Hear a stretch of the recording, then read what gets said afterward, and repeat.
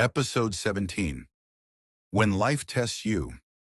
Previously on the cracked plate, Jimmy and Mia began applying the tools they've learned to rewire their emotional responses, choosing new paths instead of falling into old patterns.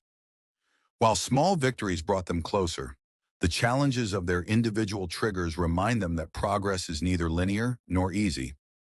Jimmy stood at his sister's graduation dinner, surrounded by family and friends. The laughter and clinking glasses filled the room, but his father's presence loomed large in his mind. It had been years since they'd spoken beyond pleasantries, and tonight felt no different. As his father approached, Jimmy braced himself. "How's work going?" his father asked, his tone light but distant. "It's fine," Jimmy replied, his voice tight. The interaction was brief, but it stirred the familiar ache of disappointment. Jimmy excused himself to the patio, pulling out his notebook. Trigger: my father's indifference. Reaction: feeling small, shutting down.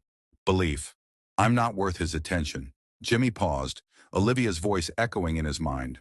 Triggers are reminders, not truths. He wrote, new response: I don't need his validation to feel worthy. Jimmy closed his notebook, inhaling deeply. He wasn't ready to confront his father directly, but choosing not to spiral felt like a win. Across town, Mia sat across from Jenna at a cafe, a job application open on her laptop. "This role would be perfect for you," Jenna said, nudging her gently. "I don't know," Mia murmured, closing the laptop. "What if I'm not good enough?" Jenna frowned. "Where's that coming from?" Mia stared at her coffee, memories of her mother's critical voice flooding back. "Why aim so high, Mia? You'll just be disappointed." Jenna's voice broke through her thoughts. "Let's break this down. What's the worst that can happen if you apply?" "They might reject me," Mia admitted. "And what's the best that can happen?" Jenna pressed. Mia hesitated, then said, "I might actually get the job. So the question is, do you want fear to decide for you, or do you want to take a chance on yourself?" Mia opened the laptop again, her hands trembling but determined. Back at the workshop, Olivia stood at the front of the circle, her calm energy anchoring the group. "Let's talk about real-life tests," she began.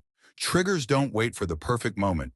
They show up in your family, your work, your relationships, anywhere you feel vulnerable. The question is, how will you respond?" Jimmy raised his hand. "I was triggered at my sister's graduation dinner last night. My dad barely spoke to me, and it brought up all these feelings of not being enough." Olivia nodded. "How did you handle it?" "I wrote it down," Jimmy said, "and I reminded myself that his actions don't define my worth. But it still hurt." "That's okay," Olivia said gently. "Growth isn't about erasing the pain. It's about choosing not to let it control you. What you did was powerful, Jimmy. You paused, reflected, and responded differently. That's progress."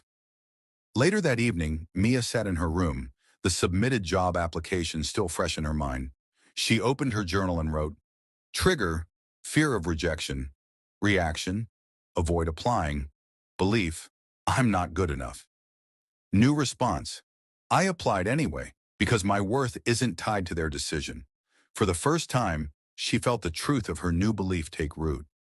Jimmy and Mia both found themselves reflecting on their days, their journals open in front of them. Jimmy wrote, "Triggers are opportunities to choose differently. I'm learning to let go of what I can't control." Mia wrote, "Fear doesn't have to stop me.